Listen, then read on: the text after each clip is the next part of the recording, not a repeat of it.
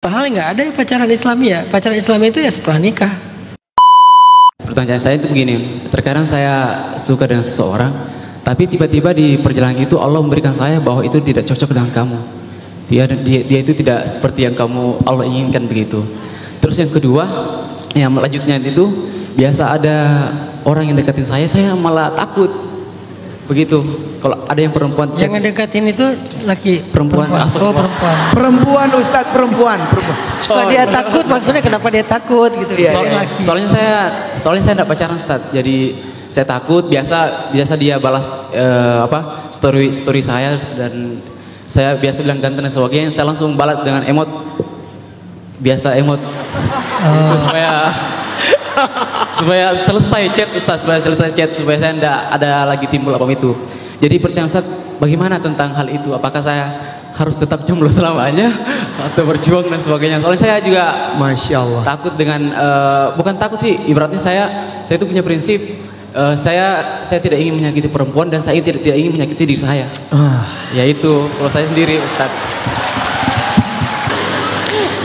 Saya mau ngasih satu insight buat kalian ya, tapi ini nggak berlaku secara semua kasus. Sebagian mungkin cocok dengan kasus ini. Cara ta'aruf yang paling gampang itu adalah cobalah kalian berpikir jangan-jangan jodoh kalian itu bukan orang jauh. Kita kan selama ini ngebayangin jodoh itu kayak misterius, tiba-tiba datang kayak hantu gitu ya. Jodoh itu nggak harus orang jauh loh. Bisa jadi jodoh kalian itu adalah orang terdekat kalian, mulai dari sepupu kalian, kemudian teman kecil kalian, atau teman sekolah kalian, teman organisasi kalian, yang kalian tuh udah kenal banget dengan dia. Selama ini kalian mengenal dia tuh bukan pacaran, tapi dalam konteks kehidupan sehari-hari aja. Apakah itu teman ataupun kerja.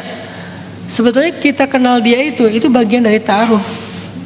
Jadi ta'aruf itu hakikatnya adalah mencari tahu, mengenal seseorang sehingga nggak salah paham tentang dia. Itu hakikat ta'aruf, bukan pacaran. Ta'aruf itu bukan pacaran Islami, bangunin tahajud, ingetin baca Quran, apalagi taklim bareng. Bukan itu ta'aruf. Itu pacaran yang berbalut Islami. Padahal nggak ada ya pacaran Islami ya. Pacaran Islami itu ya setelah nikah. Lebih dari itu pun boleh kalian lakukan dan tetap Islami kalau sudah menikah. Jadi ta'aruf itu bukan pacaran Islami, bukan intimate, bukan. Ta'aruf itu bukan intimate, sama sekali bukan intimate. Ta'aruf itu mencari tahu tentang seseorang sejelas-jelasnya, sekenal-kenalnya. Dan yang paling gampang mencari tahu dan mengenal seseorang itu orang terdekat kita. Sayyidah Khadijah dengan Nabi Muhammad itu bukan orang jauh, apalagi Fatimah sama Ali kan. Fatimah sama Ali itu udah dari kecil bareng, serumah bareng, masa kecil bareng. Pas udah gede aja mereka dipisah karena udah balik. Tapi sebetulnya udah kenal banget satu sama lain. Jadi itu cara paling smooth, paling gampang, paling low risk dalam ta'aruf. Karena kalau kalian ta'aruf dengan orang baru, bisa jadi itu adalah topeng, bisa jadi itu adalah packaging. Karena lagi ta'aruf semuanya jadi baik kan ya. Lagi ta'aruf ngomongnya tuh soft spoken banget. Apa? itu bukan sosokan sakit gitu kali ya. Jadi kayak terlalu dilembut-lembutin gitu ngomongnya karena lagi taruh biar jadi cowok yang kayak lembut atau apa, perhatian gitu kan. Jadi tiba-tiba dia jadi kayak penyayang sama kucing. Padahal tadinya dia sering nendang kucing, lempar kucing. Sekarang tiba-tiba ada kucing, kucing lucu banget. Sejak kapan kamu ngelus-ngelus kucing? Biasanya juga kamu nendang-nendang kucing. Gara-gara ceweknya suka kucing. Tiba-tiba dia lebih senang warna misalnya ungu. Aku suka banget loh dengan ungu. Kenapa ceweknya suka ungu? Namanya juga baru kenal. Jadi kurang real gitu. Kalau yang paling real itu ya emang kita kenalnya bukan dalam rangka mau nikah. Emang kenalnya kesehariannya udah tahu banget. Ini paling gampang ta'aruf adalah dengan orang yang sudah kita kenal lama. Kalau memang ada kesempatan itu kan, bukan berarti orang yang sudah kita kenal lama itu nggak layak jadi pasangan kan. Jadi coba buka kesempatan itu deh kalau kalian mau menikah. Jadi buat Hamzah, siapa tahu, coba Hamzah perhatikan lagi, siapa tetangga Hamzah? biar Hamzah nggak takut gitu. Siapa teman Hamzah sekarang? Siapa teman Hamzah yang Hamzah kenal lama? Siapa teman kerja Hamzah? Sepupu Hamzah yang ketemu setiap lagi lebaran?